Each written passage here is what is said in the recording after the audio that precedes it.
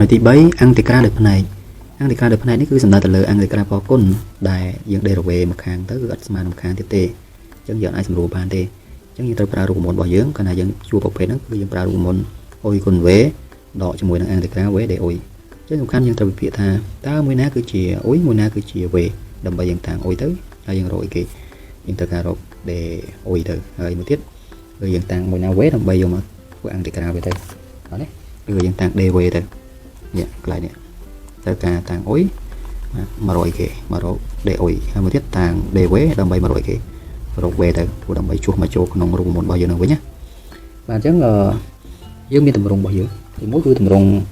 e ស្មើអង្គតិក្រានៃ p នៃ x គុណជាមួយនឹង e សេគុណ ax dx អញ្ចឹងណាយើងជួបប្រភេទហ្នឹងគឺយើងតាំងនេះ p នៃ x នេះគឺជាវិចារគឺជាប្រភេទពួកទៀតណាហើយយើងតាំងវាអុយទៅហើយម្ដុំនេះគឺ e សេគុណ ax dx នេះគឺយើងតាំង dv ទៅព្រោះអីវាតកតមួយ dx គឺយើងអាចតាំង dv ហើយយើងឆ្ពោះទៅរក v បានហើយព្រោះបោះទៅវាចេញអង្គតិក្រាហើយអង្គតិក្រាតកតមួយ dx អាចដោះស្រាយបានហើយពួកធានយើងតាំងអុយទៅដើម្បីរក dv វាបានណាឥឡូវយើងពេលដែលយើងតាំងហើយយើងត្រូវរកវាមកលើគូសេតិចបាទទីមួយតាំងអុយស្មើគេ p នៃ x មែនទេកុំភ្លេចរកគេកុំភ្លេចរក d អុយផងបាទ d អុយស្មើគេគឺស្មើនឹងបាទ d រវេខាងនេះមកតែ d រវេកាលណាយើងជួសប្រភេទអង្គតិក្រាកុំភ្លេចវាដាក់វា dx ផងណាហើយមួយទៀតបើសិនយើងតាំងគេ dv នេះម្ដងនេះសេគុណ ax dx នេះ ax dx តាមវា dv យើងបោះរក v មក v ស្មើគេនេះ d រវេបោះថានោះចេញអង្គតិក្រាពីនេះគឺផ្ទុយគ្នាអង្គតិក្រានៃ សេគុណ ax dx បាទអញ្ចឹងយើងក្របវានេះអង្គតិក្រានៃ សេគុណ ax dx គឺគេមិនស្មើមួយលើ a សេគុណ ax មែនណាពេលយើងបានអញ្ចឹងហើយយើងយកទៅជួសចូលក្នុងរូបមន្តរបស់យើងមកនេះអញ្ចឹងដើម្បី e របស់យើងស្មើគេអង្គតិក្រានៃអុយយើងគឺ p នៃ x បាទ p នៃ x ហើយក៏យើងដាក់រូបមន្តយើងសិនណាអុយគុណ v ដកអង្គតិក្រានៃ v ដេអុយទៅ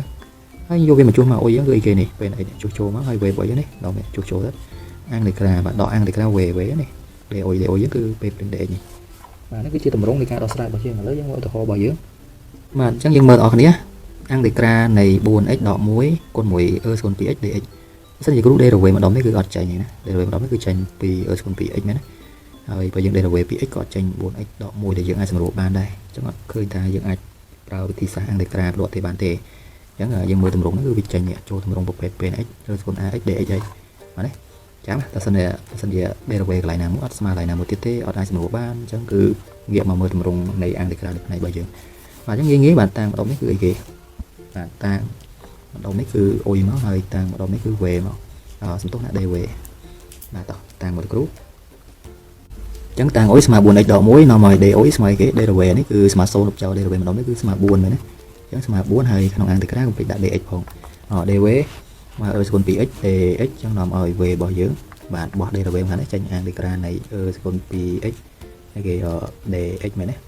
បាទ dx ហើយអង្គតិក្រានៃ សេគុណ 2x គឺស្មើ1លើ2 សេគុណ 2x បាទឃើញហើយយើងប្រើរូបមន្តរបស់យើងមកបាទតាមគេជាធម្មតាគឺអង្គតិក្រានៃផ្នែកណាគឺដាក់រូបមន្តយកទៅគឺអុយគុណ 1v ដកអង្គតិក្រានៃ v d អុយបាទជួសចូលតែម្ដងមកអុយយើងគឺអីគេនេះអុយយើងគឺនេះកន្លែងនេះ 4x ដក1v យើងគឺអីគេ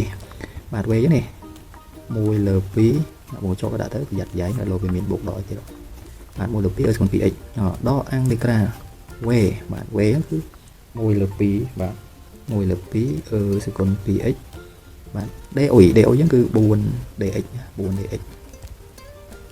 អញ្ចឹងកន្លែងនេះគឺដល់ចម្លើយយើងហើយអត់មានអីតាត្រូវការធ្វើវាទេឬក៏យើងចង់គុណវាបលាតក៏គុណទៅតែគូគិតថាមិនគុណទេកន្លែងនេះបាទខ្ញុំដាក់1លើ2មកខាងមុខតែម្ដង1លើ2ហើយ 4x ដក1នេះទុកដដែលមកហើយសេគុណ 2x ដាក់ខាងក្រោយទៅវារៀងស្អាតចូលក្នុងស្តង់ដារនៃ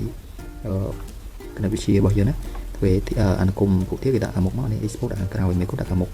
បាទនេះវាជាប់ប្រភេទអង្គតិក្រាបន្តទៀតណាប៉ុន្តែវាមានលេខ4មានលេខ2នេះយើងសម្រួលទៅបាទ4ចាញ់2បាន2មែនទេរុញវាមកខាងមុខមកហើយអង្គតិក្រានៃ សេគុណ 2x បាទ dx អានេះក៏ចូលរូបមន្តរបស់យើងដែរមែនទេបាទអញ្ចឹងអានេះទុកដដែលបាទsẽឡងវិញដដែលកាត់ពេលដល់ហើយតោះអង្គតិក្រានៃ សេគុណ 2x dx គឺស្មើបានមិនស្មើនឹង1លើ a យើងគឺ2ហើយសេគុណនេះគេសេគុណ 2x ដដែលមែនទេអង្គតិក្រាជាប់កន្លែងហ្នឹងហើយកុំភ្លេចបូកការណាអញ្ចឹងឃើញថាដល់ចម្លើយរបស់យើងគាត់សេវាភាសាទៀតអានេះ2ចាញ់2គឺបាន1លុបចោលតែម្ដងណាកន្លែងនេះគឺលុបចោលណាដាក់ដកសេគុណ 2x មកហើយបូកការជារបស់ ជារបស់ air ហើយយើងមកឡើងវិញមក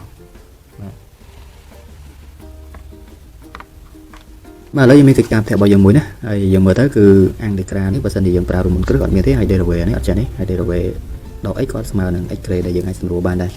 ហើយរៀនធ្វើមករំខាននេះរៀងពិបាកតិចណាឥឡូវអីចាំមើលធ្វើលេងទៅហើយចាំទាញចម្លើយមកគ្រូនៅវីដេអូក្រោយ